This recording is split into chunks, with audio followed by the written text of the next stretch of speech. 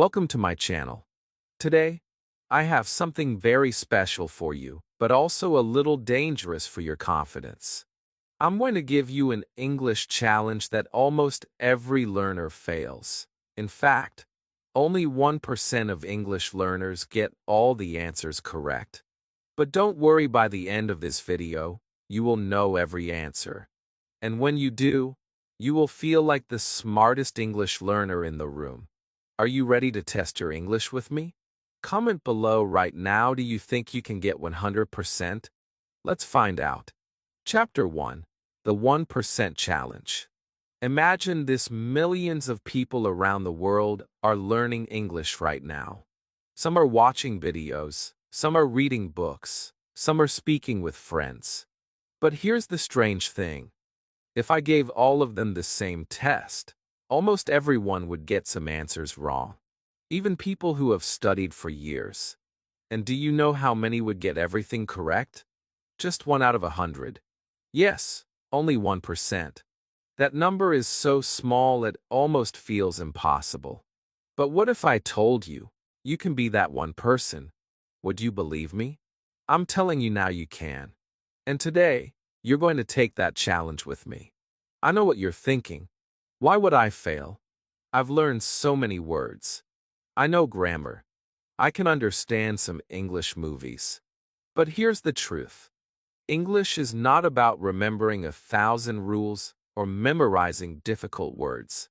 It's about seeing the small things that most people miss. It's about hearing one tiny sound in a sentence and knowing exactly what it means. It's about choosing the right word, not just a correct word. And this is why most learners fail, because they don't practice this way. But you, my friend, are different. You're here, listening carefully, ready to learn. That's why I believe you can pass this challenge. Let me warn you, though the challenge is not easy. I will give you questions that look simple, but hide small tricks inside. They will make you think twice. They will make you doubt your first answer. Your brain might even try to translate into your own language. But if you do that, you might fail. The real secret is to think directly in English, to feel the sentence in your mind. Don't just guess, understand why the answer is correct. And if you get one wrong, don't feel bad. Every mistake is like a gold coin in your learning bank. The more mistakes you find and fix, the richer your English will become. Now here's the best part. With each question, I will teach you something powerful. Something you can use in real life, not just in a classroom. By the end, you won't just know the answers. You'll know why you are now part of the 1%. And believe me, that will feel amazing. It will be a moment you will never forget, the day you prove to yourself that you can be the best in the room. So, take a deep breath, relax your shoulders, and get ready. The first question is coming, and your journey to the 1% starts right now. Chapter 2. Why most learners fail. Have you ever wondered why so many people study English for years and still cannot speak or understand it well? They know grammar rules. They can memorize lists of words. They even pass school exams, yet, when it comes to real life, they freeze. Their minds go blank. They understand nothing. And the sad part is, they don't even know why. Today, I'm going to tell you the truth about why most learners fail, and more importantly, how you will not be one of them. The first reason is rushing. Many learners want to finish fast. They want to speak perfectly in 3 months. They want to skip the slow, boring parts and jump straight to fluency. But language is not like instant noodles. You cannot just pour in some water and wait 2 minutes. Language grows like a tree. You plant it, you water it, you care for it every day, and slowly, it becomes strong. Most learners don't have the patience, and that's why they stop before the tree even starts growing. The second reason is translation thinking. Every time they hear or read something in English, their brain quickly changes it into their own language. And then, they try to translate their reply back into English. But here's the problem: languages don't match perfectly. The words don't sit in the same place. The ideas don't flow the same way. Translation makes sentences heavy and strange.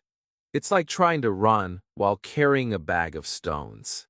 Most learners fail because they never learn to think directly in English. They always carry that heavy bag. The third reason is fear of mistakes. You've seen it: a learner opens their mouth, starts speaking, and then suddenly stops because they feel they're saying something wrong. They blush, they get embarrassed, they laugh nervously, and then they stay silent. That silence is the biggest killer of English skills. Silence will never make you better speaking well. Even if it's broken, even if it's messy, speaking is how you grow. But most learners never give themselves permission to speak freely. The fourth reason is learning for tests, not for life. Many learners are trained to answer exam questions, to choose A, B, C, or D. But life doesn't give you 4 options. Life asks you open questions. Life surprises you. Life speaks quickly, sometimes with slang, sometimes with accents. And if you only know textbook English, you will feel lost. That's why so many learners fail outside the classroom. But you're not here to fail. You're here to join the 1%. And knowing why others fail is the first step to making sure you don't. In this video, I'm going to give you the tools to fight these 4 problems. You're going to slow down and grow strong roots. You're going to throw away the translation back. You're going to speak without fear. And you're going to learn English for real life, not just for tests. So now, I'm going to give you your first real challenge question, and this one will be tricky. Almost everyone answers it without thinking and gets it wrong. But you, my friend, are going to stop, think, and get it right. Are you ready? Let's step into the 1% challenge. Chapter 3, Question 1: simple but tricky. Here it is, your first real challenge. At first glance, it might look easy. You might even smile and think, I know this. But remember what I told you: the reason this test is called the 1% challenge is because questions like this catch almost everyone. The answer hides in the small details, and if you rush, you'll miss it. So, take a deep breath, focus, and listen carefully. Here's your question. Which sentence is correct? A. She has visited London last year. B. She visited London last year. I'll give you a few seconds. Really think about it. Don't just pick what feels right, ask yourself why it's right. Imagine you're explaining it to a friend. Ready? Now here's the truth. The correct answer is B. She visited London last year. And here's why so many learners choose the wrong one. In English, when we use last year, we are talking about a finished time in the past. That means we use the past simple tense visited, not has visited. The phrase has visited is for an experience without a specific time, like she has visited London before, or she has visited London many times. But the moment you add a clear time, last year, yesterday, in 2010, you must use the past simple. This is one of the most common mistakes in English, and it's exactly why people fail this challenge. Do you see how easy it is to fall into the trap? Most learners see as visited and think it sounds more correct because it's longer or more formal. But English is not about sounding fancy, it's about sounding right. And the right sentence is simple and direct. This is why thinking in English is so important. If you translate from your language, you might use the wrong tense because your language may not have the same rules. But if you feel the sentence in English, you'll know which one sounds natural. Now, here's the magic: the moment you understand this, You start to notice it everywhere. In books, in movies, in conversations. You'll see how native speakers use past simple with finished times. Your brain will start to recognize it without thinking. That's how you win, not by memorizing boring grammar charts, but by training your ear and your instinct. So tell me in the comments, did you get it right? Be honest. If you got it wrong, that's actually a win too, because now you've learned something most people never fix. And remember, we've only just started. The next question will be different. It won't test grammar, it will test your mind. It's going to push you to think in English, not just answer in English. And that, my friend, is where the real challenge begins. Chapter 4, Thinking in English. If you got the first question wrong, don't feel bad. You just discovered something powerful, that small details can change everything in English. But here's the bigger secret. The real difference between the 99% and the 1% isn't just knowing grammar rules. It's thinking in English. This one skill will change the way you answer every question, the way you speak, and the way you understand. And the truth is, most learners never master it, because they don't even know they're doing the opposite. Think about the last time you tried to speak English. Did you hear the words in your language first, then translate them into English in your head? Did you hear English and quickly change it into your language to understand it? If you did, you're not alone. Almost every learner starts this way. But here's the problem. Every translation is like a little delay. It slows you down, it makes your sentences heavy, and sometimes it changes the meaning completely. You might think you said something correct, but in English, it sounds strange or wrong. Let me give you an example. Imagine I ask you in English, "What did you have for breakfast?" If your brain hears the question, then translates it into your language, then prepares the answer in your language, then translates it back into English. That's 4 steps before you even open your mouth. And in a real conversation, the other person has already moved on. You've missed your chance. But if you think directly in English, the process is just 1 step. You hear it, and you answer. Fast, natural, confident. So, how do you train your brain to think in English? You start small. You replace one thought at a time.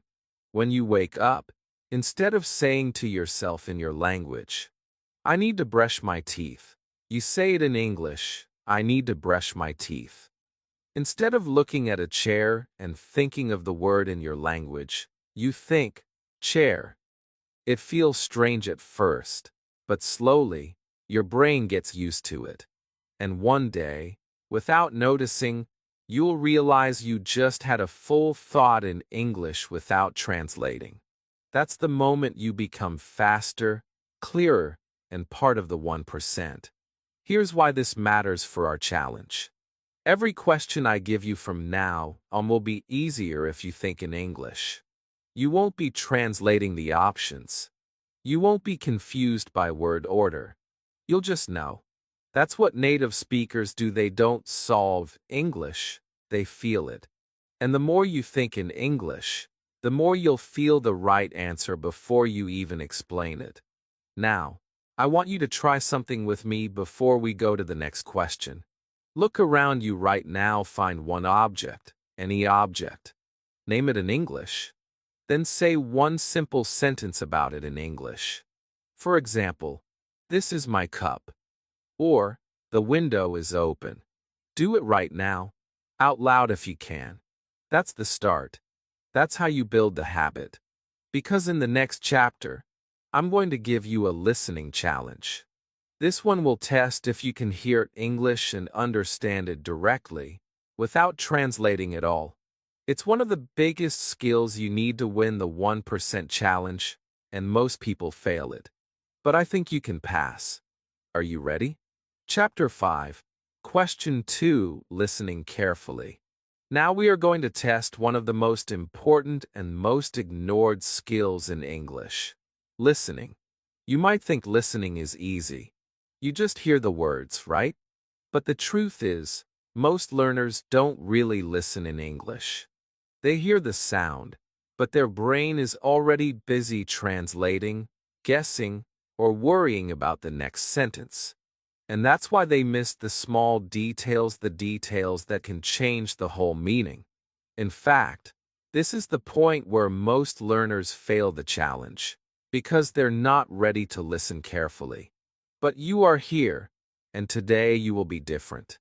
I'm going to say something in English, and I want you to listen only once. No rewinding, no repeating. Imagine you are talking to a native speaker in real life. They say it once and move on. Your job is to catch the meaning the first time. Ready? Here it is. I've been waiting here for over an hour. That's it. Just one sentence. But inside this short sentence, there's a lot of information. I'll give you a moment to think. What does it mean? How long has the person been waiting? When did they start? Are they still waiting? These are not extra questions, they are the meaning hiding inside the words. The correct understanding is this: the person started waiting more than an hour ago, and they are still waiting right now. How do we know? The phrase "I've been waiting" is the present perfect continuous tense. It tells us the action started in the past and is still happening now. And for over an hour tells us the time period. Most learners miss this because they focus only on the word waiting and forget to hear the rest. Where they hear "I've been," but don't really feel what it means. This is why listening carefully is not just hearing the words, it's hearing the story inside the sentence. Every sentence in English carries more than one piece of information. If you train your ears to catch all of it, you will understand faster, answer more correctly, and join that 1% who truly get it. Here's a tip that will change your listening forever. When you hear English, don't just hear the words, imagine the scene. If I say, "I've been waiting here for over an hour," picture a person standing at a bus stop, checking their watch, maybe feeling tired. This picture helps your brain lock in the meaning instantly. Native speakers do this automatically. And you can too, if you make it a habit. Now, before we move on, I want you to try. I'll give you a new sentence. She's lived in Paris since 2015. Close your eyes and imagine it. Can you see her? Can you see the Eiffel Tower? Can you feel that she moved there in 2015 and is still there now? If you can, you just did what most learners cannot. You understood English without translating. That is real listening. In the next chapter, we are going to talk about the silent killers of English, understanding the small words that look harmless but cause the most mistakes. If you can master them, your chances of joining the 1% will double. Most people ignore them, but I'm going to make sure you never will. Chapter 6: Small Words, Big Trouble. Now we come to one of the most dangerous parts of the English language. No, it's not long, complicated words like internationalization or misunderstanding. Those are easy to avoid if you don't know them. You can just skip them or use a simpler word. The real danger comes from the short, innocent-looking words that you think you know, but that quietly make you wrong. Words like in, on, at, to, for, and of. They look harmless.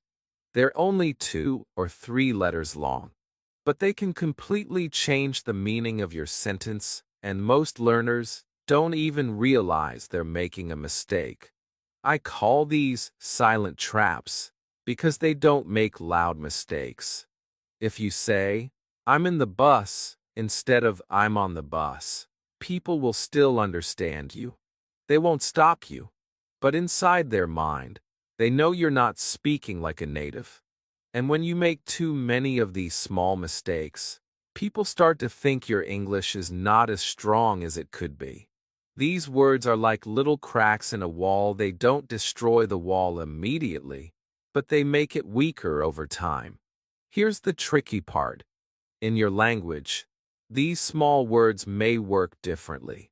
That's why translation doesn't help here. In some languages, you say in the bus. In others, you say at the bus. But in English, we say on the bus. There's no big logic, no giant grammar rule that explains all of them. The secret is in hearing them, feeling them, and remembering them in real-life sentences. You can't just learn them from a list, you have to see them alive inside a conversation. Let's try something. Imagine your friend says, "Meet me at the station." Why at and not in? Because at is for a location point, a place where something happens. But if your friend says, "I'm in the station," that means they are inside the building. And if they say, "I'm on the station," well, that would mean they're standing on the roof. You see? One small word, and suddenly your friend's location has changed completely. This is why these tiny words are not tiny at all. They control the meaning like a steering wheel controls a car. Here's the good news. Once you start paying attention to these words, you'll see them everywhere. In songs, in movies, in books, in daily speech. And the more you notice them, the more your brain will remember the correct ones. That's how you slowly replace in the bus with on the bus without even thinking about it. And when you do, you'll sound more natural, more correct, and more confident. In our next challenge question, I'm going to test you on exactly this. You'll see how one wrong small word can make a sentence sound strange, and you'll learn how to choose the right one every time. This is where many learners fall. But if you get it right, you'll take one more step toward joining the 1%. So stay sharp, because the next question is coming right now. Chapter 7, Question 3, Preposition Power. Now it's time to see if you can beat one of the biggest traps in English prepositions. These small words can look so harmless, but they're like secret doors. Choose the right one, and the sentence opens perfectly. Choose the wrong one, and it still kind of works, but not really. This is where most learners fail without even realizing it. But you're here to pass. And to pass, you have to listen carefully, think clearly, and trust your English instinct. Here's your question. Which sentence is correct? A. I'm interested on learning English. B. I'm interested in learning English. I'm going to give you a few seconds. Don't just guess, say both sentences in your head. Feel which one flows more naturally. Imagine a native speaker saying it. Which one sounds right? The correct answer is B. I'm interested in learning English. And here's why this is such a common mistake. The preposition that follows interested in English is always in, not on. In your language, it might be different. And that's the problem. Learners translate from their language, and the wrong preposition sneaks in. This is why thinking in English, not translating, is so important. But this isn't just about one example. This is about building your memory so that the right preposition comes automatically. Think about it. If you have to stop and remember, every time you use interested, you will never sound fluent. You need to hear interested in so many times, in so many real situations, that it becomes a habit. That's how native speakers do it. They don't memorize a rule. They just know it from hearing it again and again. Here's a trick. When you learn a new word, never learn it alone. Learn it with its partner. Don't learn just interested, learn interested in. Don't learn just good, learn good at. Don't learn just afraid, learn afraid of. This way, when you speak, the preposition is already attached to the word in your mind, like a shadow that never leaves. Now imagine the power of getting these right every time. Your sentences won't just be correct, they'll sound smooth, natural, and confident. People will listen to you and think, wow, their English is really good, even if you're using simple words. That's the magic of mastering prepositions, small words with a big impact. The next time you hear someone speak English, listen carefully for these little partners. Repeat them in your head, and soon they will become your partners too. Because in the next chapter, I'm going to give you something even more powerful. A trick for your brain that will help you remember correct English forever. This is the memory secret that will make you unstoppable in the 1% challenge. Chapter 8. Your brain's best trick. Up until now, you've been answering questions and learning rules. But what if I told you there's a way to make all of this stick in your brain without endless study?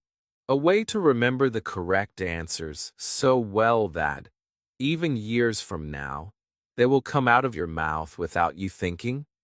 This is not about magic, and it's not about being born with a language talent. It's about using your brain the way it was designed to work. And I'm going to teach you this trick right now. Your brain remembers stories, not rules. That's why you can remember a funny scene from a movie you watched 10 years ago, but you can't remember a grammar rule you read last week. The brain is like a library. Rules are like books with no pictures, hard to remember and easy to forget.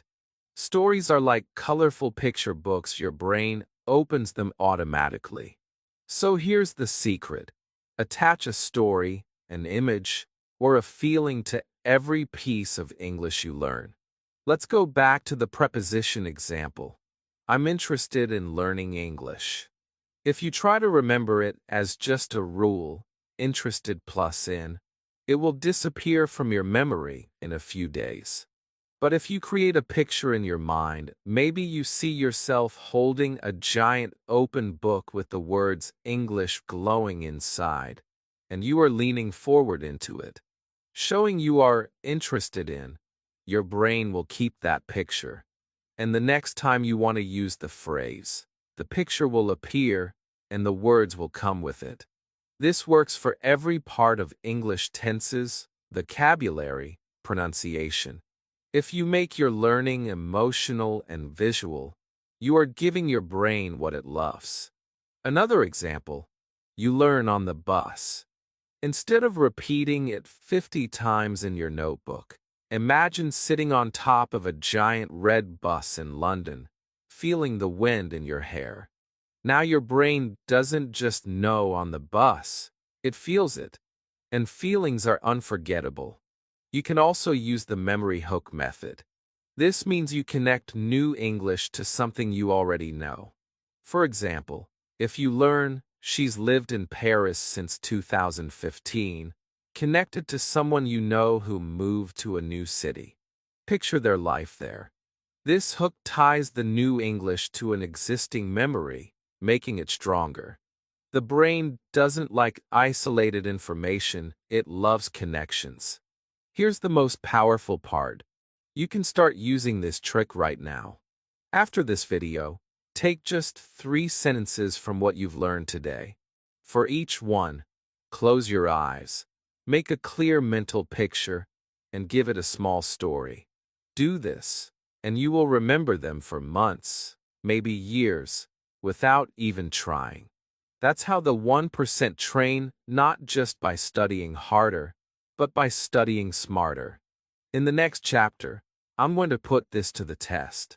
You'll get another challenge question, but this one will feel different because now you'll be using your brain's best trick as you answer. And you might be surprised at how much faster and more confident you feel. This is where all the pieces start to come together. Chapter 9. Question 4: Grammar in Real Life. We've practiced grammar before, but this time, we're not going to look at it like a classroom exercise. We're going to step into the real world, where grammar is not a list of rules, but a tool you use without thinking. Because in real life, no one stops you in the middle of a conversation and says, "Please choose A, B, C, or D." Life doesn't give you options. It gives you situations. And you have to respond on the spot. That's why most learners get stuck. They only know how to do grammar on paper, not in life. But today, you're going to change that. Here's your challenge. Imagine you're talking to a friend. They ask, "Have you eaten yet?" Now, you want to answer. Which one sounds correct? A. Yes, I ate already. B. Yes, I have eaten already. Take a moment. Imagine you are really in that conversation. Feel the flow of the question, then feel your answer. Which one fits better? The truth is, both can be correct, but the choice depends on where you are. In American English, people often use the past simple, "I ate already." In British English, it's more common to say, "I have eaten already."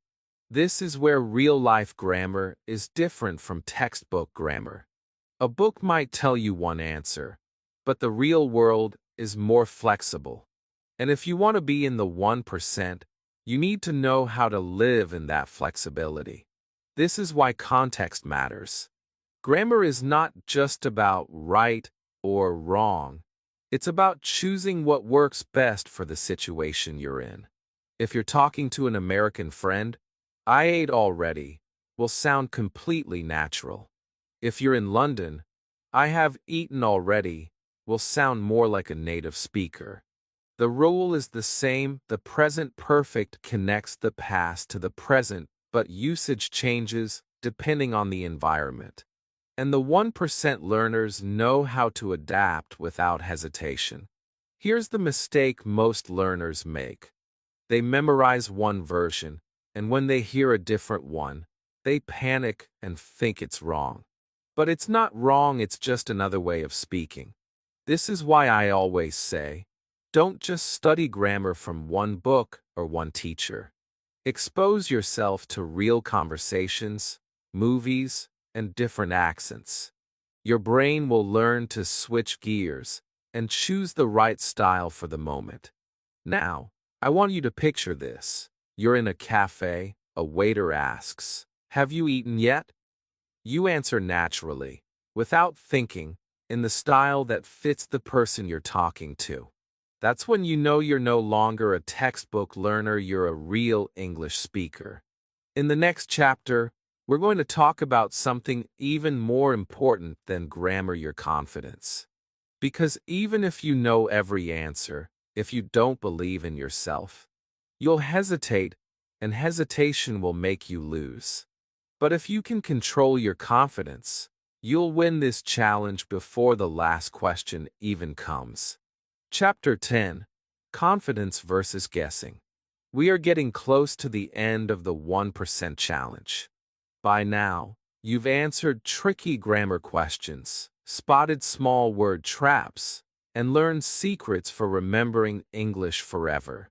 But there's something even more powerful than all of that: your confidence. Because here's the truth.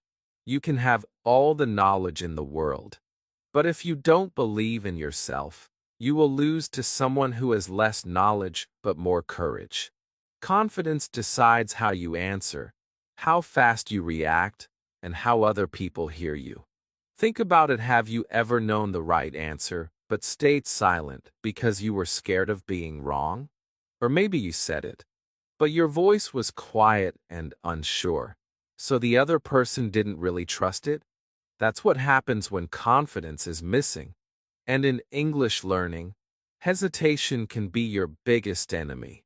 Not because it makes you slow, but because it tells your brain, "I can't do this," even when you actually can. Now let's talk about guessing. Guessing can be dangerous if it comes from fear, when you're too scared to think, so you just throw out an answer and hope it's right. But guessing can also be smart if it's based on clues. That's called an educated guess.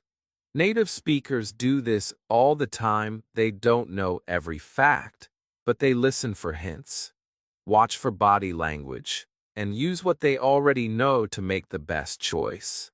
That's the kind of guessing I want you to do. Here's a secret. When you speak with confidence, even your guesses can sound correct.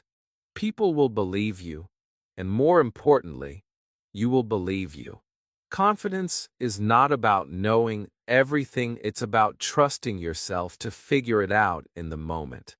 And the more you practice speaking without fear, the more natural it becomes. So how do you build this confidence? You do it by speaking every day, even if it's just to yourself. You celebrate small wins, like getting one tricky question right or remembering a phrase you learned last week. And you stop punishing yourself for mistakes, because every mistake you make is a step closer to the 1%. Confidence doesn't come from being perfect. It comes from not letting imperfection stop you. I want you to imagine this. You're about to answer the hardest question of this challenge, the one that decides if you join the 1% club. Your heart is racing, your hands might be a little sweaty, but you take a breath, you smile, and you answer like you own the room. That's the energy I want you to have for the next chapter. Because this next question is the real test, the one most people get wrong, and the one you're going to get right. Chapter 11. Question 5. The 1% moment. This is it. The question that decides everything. The one that will show whether you are just another learner or part of the 1%. Every question before this was practice, training, and preparation for this moment. Now it's time to see what you can really do. I want you to lean in, focus like never before, and block out every distraction. Imagine this is not just a video. Imagine you are sitting across from me, face to face, and I'm looking straight into your eyes, asking you this final question. Here it is. Which sentence is correct? A. If I will see her, I will tell her. B. If I see her, I will tell her. Don't answer too quickly. I know both look similar, and your brain might want to rush because you think you already know. But remember, rushing is how most people fail. Take a breath. Repeat each sentence slowly in your head. Picture the situation. Which one sounds natural? Which one would a native speaker say? The correct answer is B. If I see her, I will tell her. And here's why this question is the 1% moment. In English, we don't use will in both parts of a first conditional sentence. The first part, if I see her, is in the present simple tense even though it's talking about the future. This is something that confuses almost every learner, because in many other languages, the future form is used twice. But in English, the rule is simple: present tense after if, future tense in the main clause. Most learners get this wrong not because they've never heard the rule, but because in real conversation, they forget it. They panic, they translate from their own language. And if I will see her slips out. This is exactly what separates the 1% from the 99%, the ability to stay calm. Remember the rule, and say it naturally without hesitation. I want you to imagine this in real life. You're walking down the street, you see your friend's sister, and later, your friend asks, "Did you tell her about the party?" You answer, "If I see her, I'll tell her." You don't even think about the grammar, it just comes out right. That's what it means to own your English. Getting this question right is more than just a win for today. It's proof that you can control your English under pressure.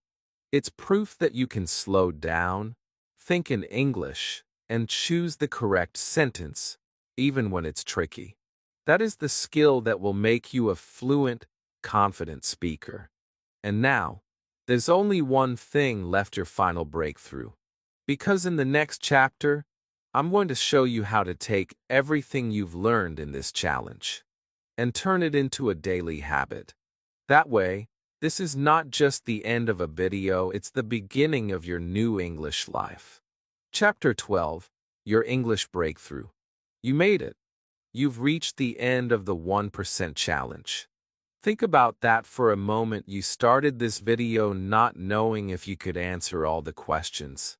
And now here you are, having faced every test, learned every lesson, and stood your ground until the very end. That alone already puts you ahead of millions of learners who quit halfway. Most people don't finish challenges like this. But you did. And that's the first sign you have what it takes to be in the 1%. But here's the truth: your real victory is not just getting the questions right. Your real victory is the skills you've built along the way. You've learned how to slow down and think before answering. You've discovered why thinking in English is more powerful than translating. You've learned to listen for details, to respect small words, to connect grammar to real life, and to trust yourself when it matters most. These skills are not just for a quiz, they are for every conversation, every interview, every moment you speak English from today forward. Now, I want you to understand something important. You are not finished learning. No one is. Even native speakers learn new words and expressions every day. But what you have now is momentum, the feeling that you are moving forward faster and stronger than before. If you keep going from here, you will improve more in the next 6 months than you have in the last 6 years. That's the power of focused practice. That's the power of refusing to be like the 99%. So here's your next step. Make challenges like this part of your daily routine. Test yourself with small questions. Listen to one sentence and repeat it until it feels natural. Pick one small word and use it in 5 different sentences. Correct your mistakes, but don't let them stop you. And most importantly, speak every single day, even if it's just to yourself. This is how you turn today's breakthrough into tomorrow's fluency. I believe in you. And I know you can do it because you've already proved it today. You've stayed, you've learned, and you've won. And now, I want you to take that same energy and carry it into the rest of your English journey. Imagine the day, not too far from now, when you speak with complete confidence, when people listen to you and think, "Wow, your English is amazing." That day starts here. That day starts now. Before you go, I want you to do 3 things. 1. Subscribe to this channel so you never miss a challenge like this again. 2. Like this video if you learned something new today. 3. Comment your score below. Tell me how many you got right, and whether you are now part of the 1% club. You've already taken the hardest step. You started. Now keep going, and I promise, one day you will look back and realize this was the moment your English truly changed forever. If you enjoyed this challenge and learned something new, don't stop here. Subscribe to my channel for more videos like this, so you can keep growing your English every single day. Like this video if you want more fun challenges, and comment your score below. I want to see how many of you join the 1% club. Remember, every day you practice, you are closer to perfect English.